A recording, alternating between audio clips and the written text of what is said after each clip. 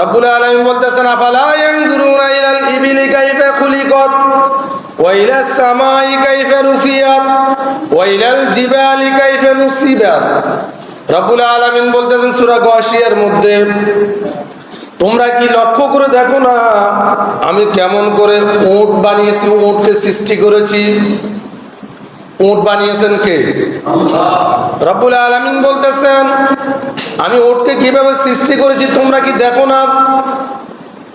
আফালা ইয়ানজুরুনা ইলাল ইবিলি কাইফা খুলিকাত ওয়া ইলাস সামাই কাইফা রুফিয়াত। তোমরা কি দেখো না আসমানকে আমি আল্লাহ তাআলা কেমন করে লটকায় রেখেছি, আটকিয়ে রেখেছি, সমুন্নত করেছি। আকাশ কেমন করে এইভাবে করে আছে, তোমরা একটু চিন্তা ভাবনা করো। তোমরা কি আকাশের দিকে তাকিয়ে চিন্তা করো না? রব্বুল আলামিন এরপরে বলতেছেন তোমরা কি চিন্তা করো না? ওয়াইলাল জিবালি কাইফা নুসিবাত। পাহাড়কে আমি কেমন করে স্থির করে রেখেছি, পাহাড় কিভাবে বানিয়েছি, কিভাবে তারা দাঁড়িয়ে আছে, নড়েও না ছড়েও না। শুধু তাই নয়, এরপর আল্লাহ তাআলা বলতেছেন আমি জমিনকে কেমন করে বিছানা বানিয়েছি। বান্দা তোমরা একটু চিন্তা ভাবনা করো, একটু চিন্তা ভাবনা করো তোমাকে আমি আল্লাহ কেমন করে বানিয়েছি। অফি আনফুসিকুম আফালা তুবসিরুন, নিজের দিকে একটু তাকাও। তোমার বডির ভিতরে আমি আল্লাহ তাআলা কিভাবে তোমাকে বানিয়েছি, কত সুন্দর করে নাক দিলাম, চোখ দিলাম, কত সুন্দর করে তোমাকে সুর দিয়ে আমি আল্লাহ তাআলা বানালাম। যেটা বান্দা যদি তোমার একটা দাঁত নষ্ট হয়ে যায় তখন তুমি বুঝবে তুমি আর খাবার খেতেই পারবা না। একটা দাঁতের কত মূল্য যদি নষ্ট হয়ে যায় তখন বোঝা যায়।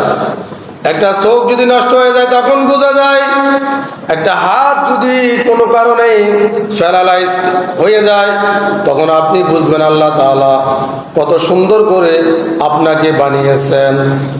ইমাম কুরতুবী বলতেছেন তাফাক্কারু, তোমরা আল্লাহ তাআলার সৃষ্টিগুলোর প্রতি নিয়ে চিন্তা করো। আল্লাহ তাআলা আসমান কেমন করে বানিয়েছেন, জমিন কেমন করে বানিয়েছেন, আল্লাহ তাআলা সৃষ্টিগুলোকে নিয়ে তোমরা চিন্তা ভাবনা করো।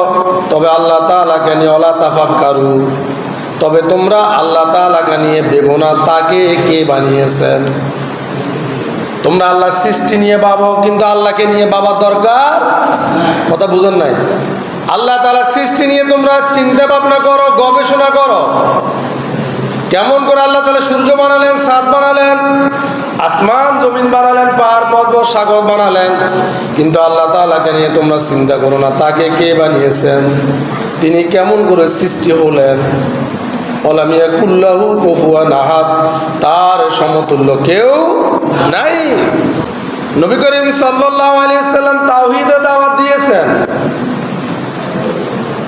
জাতিকে ডাক দিয়ে বলতেছেন তোমরা এক আল্লাহর ইবাদত করো, তিনি ছাড়া অন্য কোনো ইলাহ নাই, কোনো উপাস্য নাই। ওয়াজিবু আন জাআহুম মুনজিরুম মিনহুম, আল্লাহ তাআলার রব্বুল আলামিন বলতেছেন অকালাল কাফিরুনা হাযা সাহিরুন কাযাব।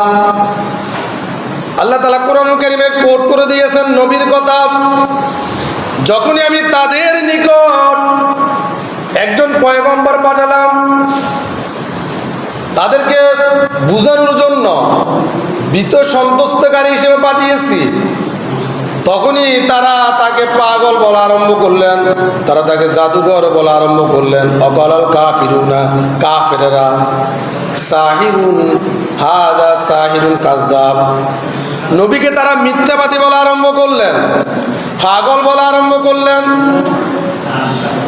অন্য আয়াতে রব্বুল আলামিন বলতেছেন শুধু তাই নয়, কাযালিকা মা আতাল্লাযিনা মিন ক্বাবলিহিম মির রাসূলিন ইল্লা ক্বালু সাহিরুন কাযাব।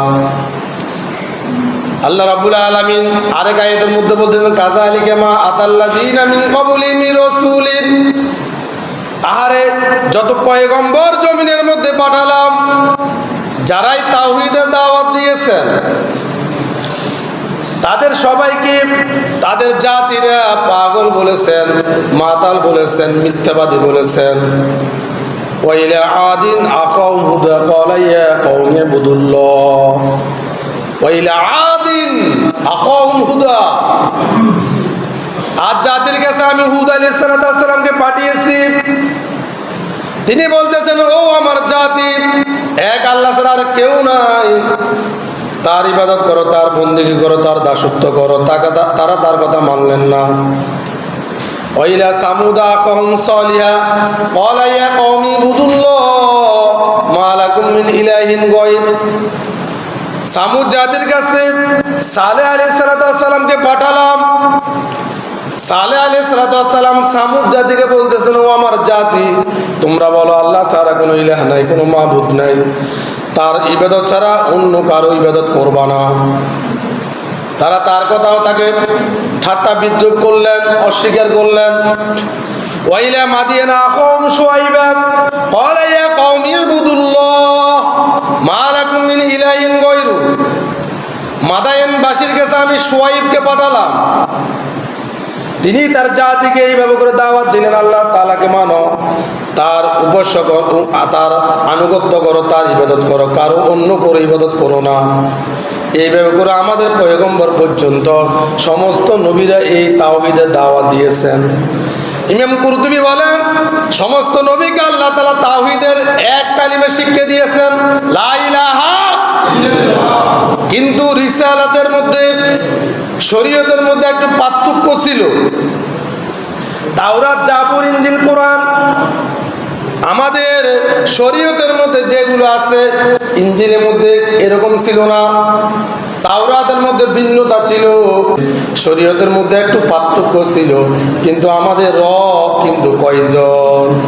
জোরে বলেন কয়জন? আদম থেকে শুরু করে শেষ দিন পর্যন্ত, কিয়ামতের আগের দিন পর্যন্ত আমাদের গোটা বিশ্ববাসীর জন্য